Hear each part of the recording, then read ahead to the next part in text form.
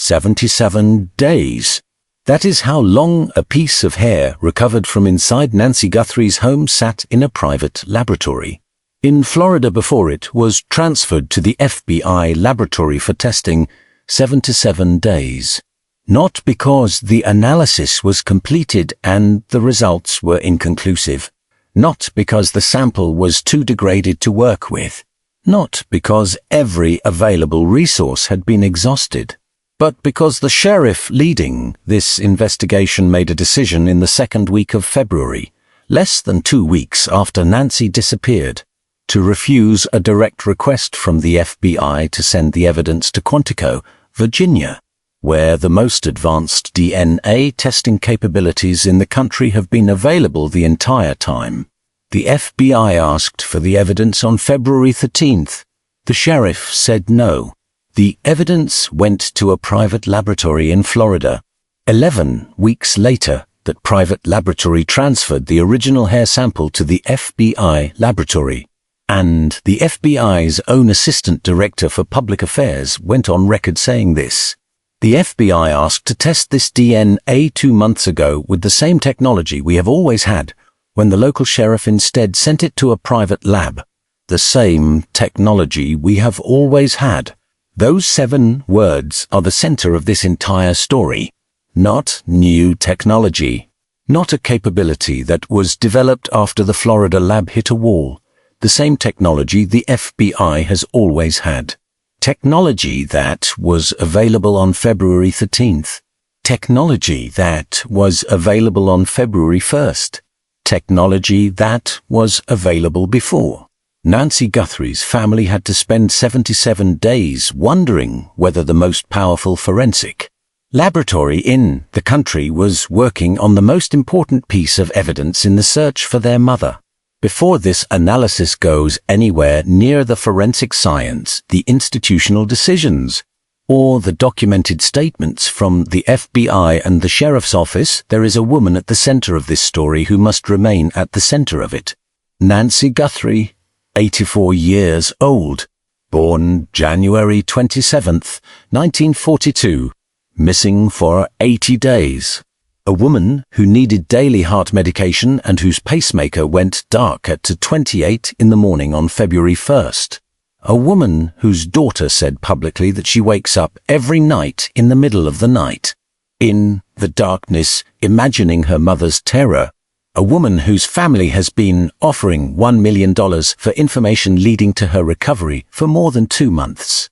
And a woman whose best forensic evidence, the hair recovered from inside her own home, was sitting 77 days in a laboratory in Florida because a sheriff made a decision that the FBI's Assistant Director for Public Affairs was forced to publicly contradict on April 20th, 2026. That is what this video is about, not a clerical error, not a bureaucratic delay or decision. A documented decision made by a specific person on a specific date that the FBI has now publicly confirmed kept the most advanced DNA analysis capabilities in the country away from this evidence for more than 11 weeks. If you have followed this series from the beginning, you understand why this moment is the convergence of every thread this channel has been tracking since February. The Google footage recovery that worked because of Google's infrastructure, not because of the sheriff's department.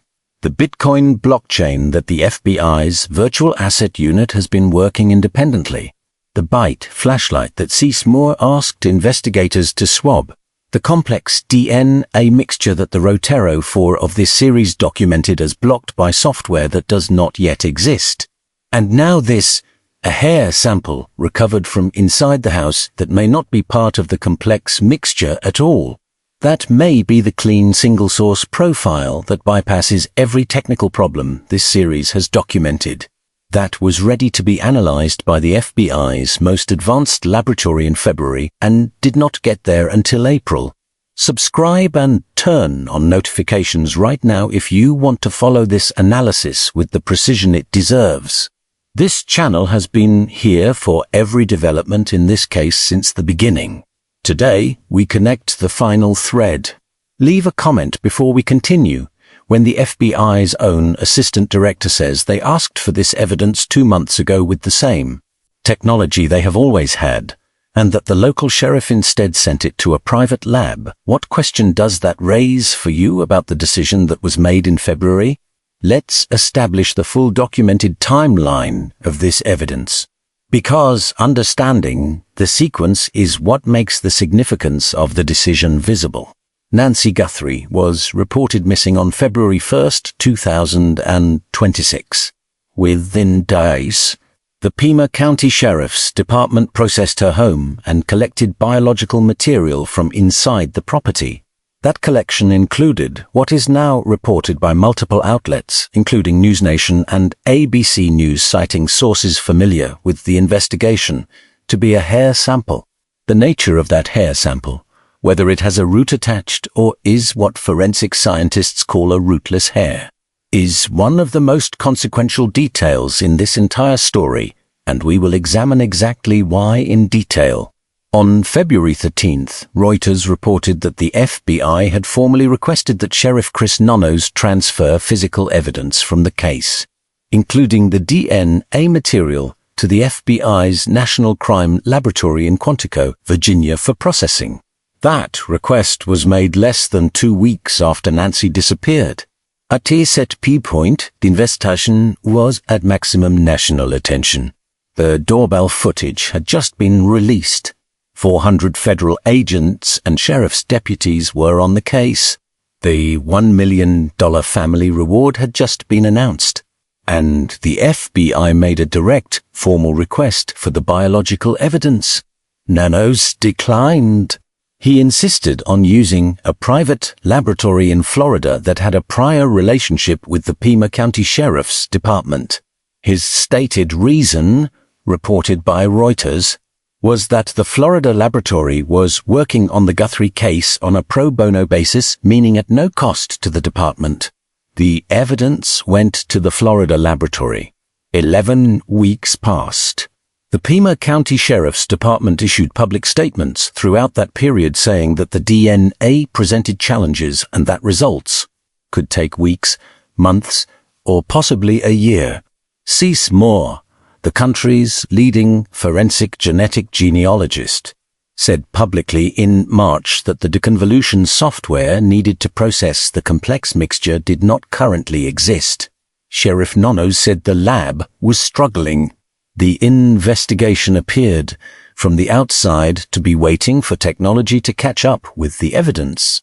And then, in mid-April, the Florida laboratory transferred the original hair sample to the FBI laboratory. The FBI began analysis using what it described as advanced technology. The media reported this as a major new development, and the FBI's Assistant Director for Public Affairs, Ben Williamson, posted on X on April 20th to correct the record. His statement, confirmed across Men's Journal, Newsweek, and multiple other outlets, said this: "Still receiving inquiries on this. This is not new evidence or information. The FBI asked to test this DNA 2 months ago with the same technology we have always had, when the local sheriff instead sent it to a private lab. Any further developments we will share as soon as appropriate. Read that again. This is not new evidence.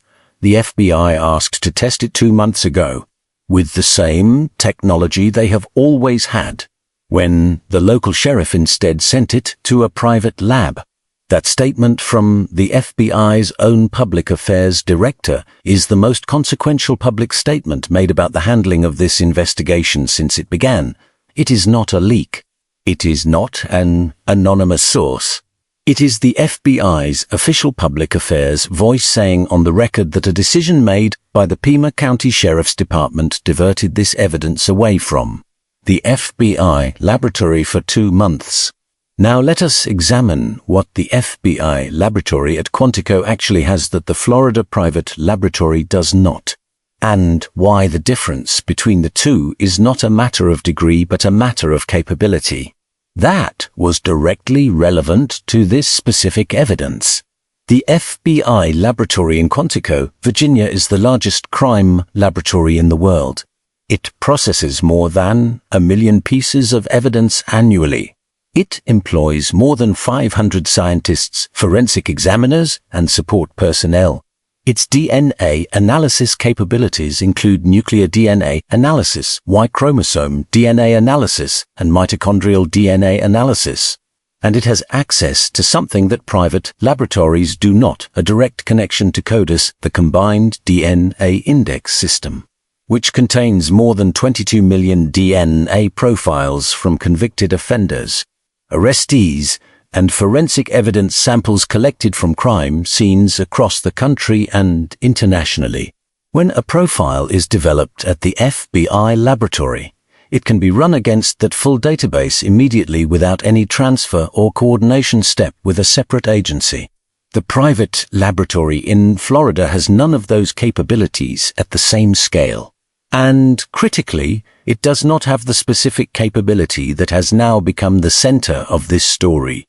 Former FBI agent Greg Rogers told Parade magazine that the FBI laboratory has DNA testing capabilities that most local labs do not have, specifically nuclear DNA, Y chromosome DNA, and mitochondrial DNA testing, and that those tests are often used on shed hair fragments, which are an issue in the Guthrie case.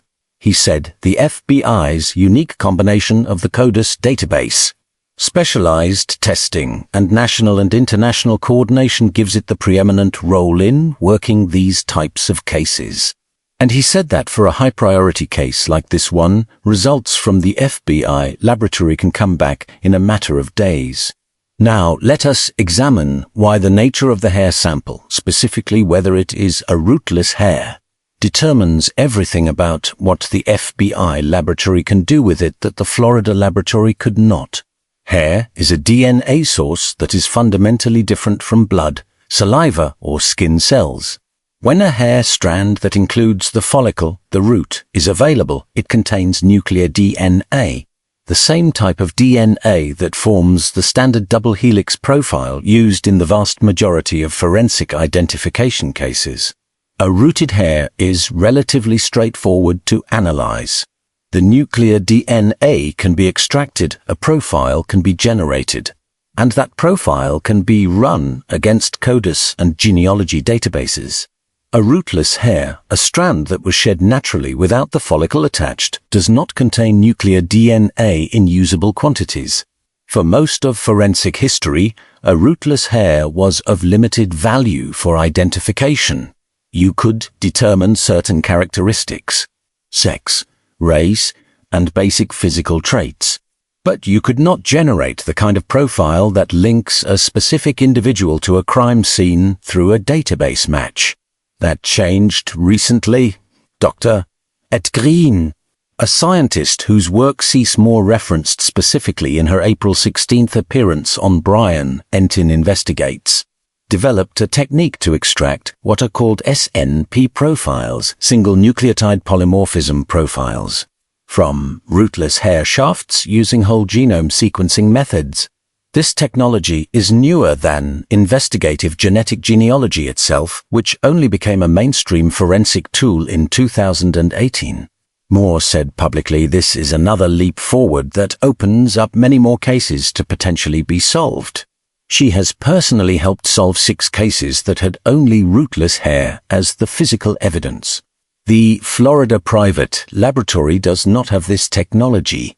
This is why the evidence was transferred to the FBI. Moore confirmed this inference publicly, saying that she was assuming the hair was rootless because if it had had a root, the Florida laboratory would already have done the analysis and the case might already be solved. The transfer to the FBI was not about additional review. It was about accessing a capability that the Florida laboratory categorically did not possess. And the FBI has always had it. That is the fact that Ben Williamson's public statement on April 20th confirmed. The same technology we have always had. The technology to process a rootless hair was available at the FBI laboratory in February. It was available when Nanos declined the FBI's request on February 13th. It was available for every one of the 77 days the sample sat in Florida. And it was not applied to the evidence in this case until the Florida laboratory finally transferred the sample in April. Jennifer Coffindaffer, the former FBI special agent who has been publicly analyzing this investigation since February, said on April 18th that the Guthrie family should be upset. Her specific words confirmed across TV Insider, Newsweek, and multiple outlets the fact that they are saying the FBI has this advanced technology. They would have always had it, so that should really irk everyone that the sample did not go there from the beginning because they would have always had the advanced technology and the expertise. She said there was no reason to waste 70-some-odd days and not have it at Quantico if the FBI has always had the most advanced sophistication in the particular technique that would have assisted in this case. Coffindaffer also raised a financial dimension of this story that deserves specific attention because it changes the frame through which the decision to use the Florida laboratory should be understood. Nanos' stated reason for declining the FBI's request in February was that the Florida laboratory was working on the case on a pro bono basis at no cost to the department. Coffindaffer said publicly that she believed there may have been a financial reason for the Florida laboratory to send the DNA to the FBI after all. The implication is that the pro bono arrangement was not permanent, and that at some point the financial calculus changed in a way that made the transfer to the FBI the outcome for the laboratory as well as for the investigation. Whether that financial dimension fully explains the sequence of events is not something that can be confirmed from publicly available information. What can be confirmed is the sequence itself. The FBI asked for the evidence. The sheriff declined. The stated reason was cost. The evidence sat in a private laboratory for 11 weeks. The private laboratory eventually transferred it to the FBI. The FBI's assistant director confirmed this publicly, and a former FBI special agent said the family should be upset. Now, let us put this decision in the full context of the institutional record surrounding the sheriff, because this is not an isolated decision. It is part of a documented pattern that this series has examined across 7 previous videos. The decision to decline the FBI's request for the DNA evidence in February came from the same sheriff who, according to former Surgeon General and former Pima County Sheriff Dr. Richard Carmona, corrupted the original crime scene by announcing publicly that the family could return to the property before full forensic processing was complete. It came from the same sheriff whose deputies voted 241-0 for no confidence in his leadership. It came from the same sheriff who said under oath in December 2025 that he had never been suspended as a law enforcement officer, a statement directly contradicted by 8 documented suspensions in the El Paso Police Department's own records. It came from the same sheriff who now faces a Board of Supervisors deadline and the possibility of legal removal from office. And it came from a sheriff who reportedly sparked what one insider described to Radar Online as a turf war with the FBI over evidence handling. That phrase, turf war, describes a specific dynamic in interagency investigations where local law enforcement resists federal involvement to maintain control over a high-profile case, whether that describes the decision made on February 13th is not something that can be confirmed from publicly available information. What is documented is that the FBI asked and the sheriff declined. What is documented is that the evidence sat in a private laboratory for 11 weeks. And what is documented is that the FBI's own public affairs director confirmed this sequence publicly and did not do so in terms that suggested satisfaction with how the evidence had been handled. The sheriff's department has pushed back. Its statement said this is not new information, that it has worked with the FBI since the beginning of the investigation, and that the private lab in Florida continues to share information. with the FBI laboratory and other partner labs across the country. That statement and the FBI's statement are not compatible in their implications. The FBI says it asked 2 months ago and the sheriff instead sent it elsewhere. The sheriff's department says this is not new information and the labs have been coordinating all along. Both statements are public record. The tension between them is what the documented evidence shows. What is not in dispute from either side is the outcome. The FBI is starting the analysis now. Cease more. After months of saying the deconvolution software does not exist and the technology is not there yet, said publicly in mid-April that this is the first positive thing she has heard in a while. She said if they really do have a rootless hair and it is from the kidnapper, then this is going to be the piece of information that will solve the case. She called it a Hail Mary. She said the advancement in rootless hair technology, the technique developed by Dr. Ed Green that the FBI laboratory has the capability to apply, opens up many thousands of cases for being solved. And she said that given the Guthrie case is not yet cold, the DNA will be worked on immediately with the goal of fast-tracking results. Former FBI agent Greg Rogers told Parade that for a high-priority case like this, results from the FBI laboratory can come back in a matter of days. The same source said the FBI's national and international coordination, including coordination relevant to the case's proximity to the Mexican border, gives the Bureau capabilities that no private laboratory can replicate. 5 other laboratories around the country are reportedly also working on the Guthrie DNA evidence. According to Nanos' own public statements, the FBI laboratory is now among them, with capabilities none of the others have. This is the moment the investigation has been building toward through 80 days of forensic frustration, not because the technology appeared. The technology was always there, because the evidence finally reached the place that had the technology to use it. There is one more element of this story that connects it to the series this channel has built, and it closes a loop that the Rotero for left open. The 4th video in this series explained that the complex DNA mixture from inside Nancy's home presented a deconvolution problem, that the software to separate the overlapping profiles did not exist. That analysis was accurate as far as it described the mixture problem. What it did not address, because it was not publicly known at the time, was that there may be a second category of DNA evidence from the scene. The hair that is not part of the complex mixture at all.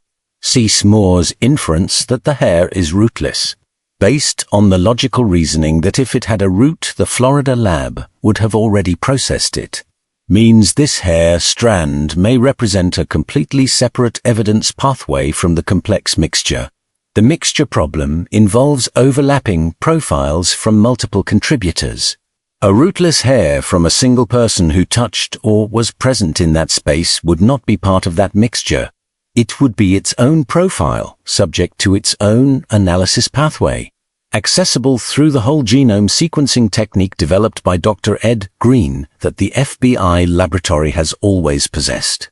2 separate forensic problems, 2 separate solutions, and one of those solutions has been available since February 13th. Nancy Guthrie has been missing for 80 days. Her family does not know where she is. Savannah said she wakes up every night imagining her mother's terror.